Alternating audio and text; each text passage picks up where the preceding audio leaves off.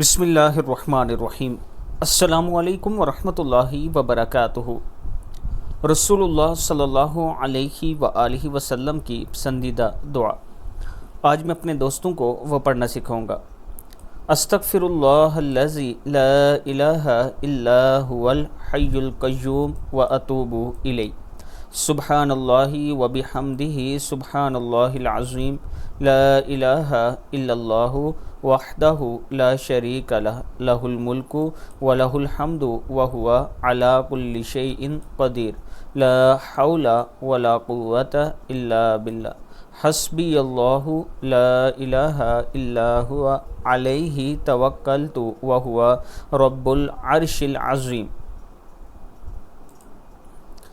دوسری ہے سیدنا عبداللہ بن زبیر رضی اللہ تعالیٰ عنہ فرماتے ہیں کہ رسول اللہ صلی اللہ علیہ وآلہ وسلم جب نماز کا سلام پھیرتے تو بلند آواز سے کلمات پڑھتے، لا الہ الا اللہ وحدہ لا شریک لہ لہ الملک ولہ الحمد وہو علی کل شیء قدیر۔ لا حول ولا قوۃ الا باللہ۔ لا الہ الا اللہ ولا نعبد الا ایاہ۔ لہ النعمت ولہ الفضل ولہ الثناء الحسن۔ لا الہ الا اللہ مخلصین لہ الدین ولو کرہ الکافرون۔ صدق اللہ العظیم۔ ہر قسم کی عافیت کا نبوی نسخہ۔ اللہم انی اسألک العفو والعافیت فی الدنیا والآخرہ۔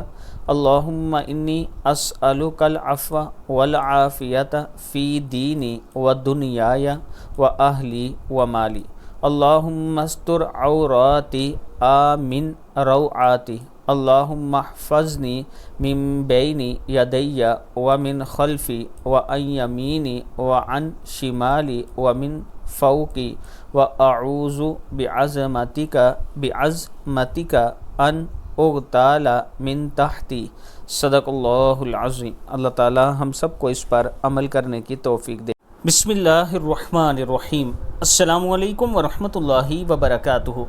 نماز میں اور گھر میں سیدنا ابو بکر صدیق رضی اللہ تعالیٰ عنہ نے رسول اللہ صلی اللہ علیہ وآلہ وسلم سے عرض کی، اے اللہ کے رسول صلی اللہ علیہ وآلہ وسلم، آپ مجھے ایک ایسی دعا سکھائیے جس کو میں اپنے نماز میں بھی مانگوں اور اپنے گھر میں بھی مانگوں۔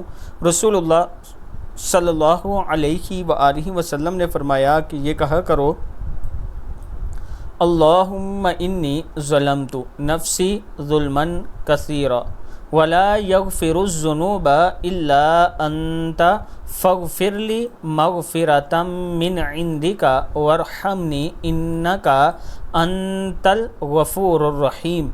یا اللہ، میں نے اپنی جان پر بہت ظلم کیا اور گناہوں کو تیرے سوا کوئی معاف کرنے والا نہیں، سو اپنے پاس سے میری خاص مغفرت فرما اور مجھ پر رحم فرما، بے شک تو ہی بہت بخشنے والا اور بہت رحم کرنے والا ہے۔ صدق اللہ العظیم۔ دوسری دعا ہے حضرت ابو ہریرہ رضی اللہ تعالیٰ عنہ فرماتے ہیں، رسول اللہ صلی اللہ علیہ وآلہ وسلم نے ارشاد فرمایا، جو شخص دن میں 100 مرتبہ یہ دعا پڑھے گا، لا الہ الا اللہ وحدہ لا شریک لہ لہ الملک ولہ الحمد وہو علی کل شیء قدیر، تو اس کی 100 نیکیاں لکھی جائیں گی اور 100 برائیاں مٹا دی جائیں گی، اور یہ کلمات اس شخص کے لیے شام تک شیطان سے حفاظت بنے رہیں گے۔ حضرت ابو بکر صدیق رضی اللہ تعالیٰ عنہ فرماتے ہیں کہ رسول اللہ صلی اللہ علیہ وآلہ وسلم نے فرمایا، اللہ تعالیٰ نے فرمایا کہ اپنی امت کو بتلا دو، لا حول ولا قوۃ الا باللہ۔ 10 مرتبہ صبح کو پڑھیں، 10 مرتبہ شام کو اور 10 مرتبہ رات سوتے وقت پڑھیں۔ سوتے وقت پڑھنے سے وہ دنیا کی آفتوں سے محفوظ رہیں گے، شام کو پڑھنے سے وہ شیطان کے دھوکے سے محفوظ رہیں گے، اور صبح کے وقت پڑھنے سے وہ میرے اللہ کے غصے سے محفوظ رہیں گے۔ صدق اللہ العظیم۔ اللہ تعالی ہم سب کو اس پر عمل کرنے کی توفیق دے۔ نبی اکرم صلی اللہ علیہ وآلہ وسلم نے فرمایا، جب بھی مدد مانگو صرف اللہ سے مانگو۔ حضرت ابن عباس رضی اللہ تعالیٰ عنہ فرماتے ہیں کہ ایک دن میں سواری پر خاتم النبیین حضرت محمد صلی اللہ علیہ وآلہ وسلم کے پیچھے بیٹھا ہوا تھا، تو آپ صلی اللہ علیہ وآلہ وسلم نے فرمایا، اے لڑکے، میں تجھے چند باتیں بتاتا ہوں، اللہ تعالیٰ کو یاد رکھ، وہ تجھے محفوظ رکھے گا۔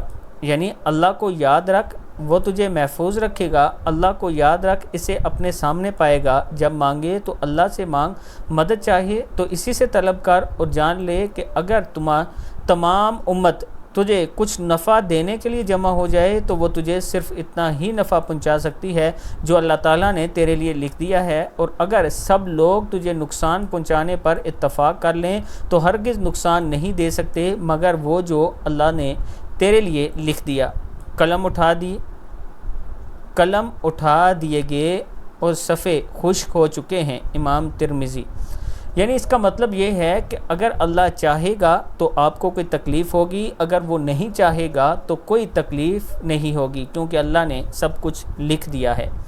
اللہ تعالیٰ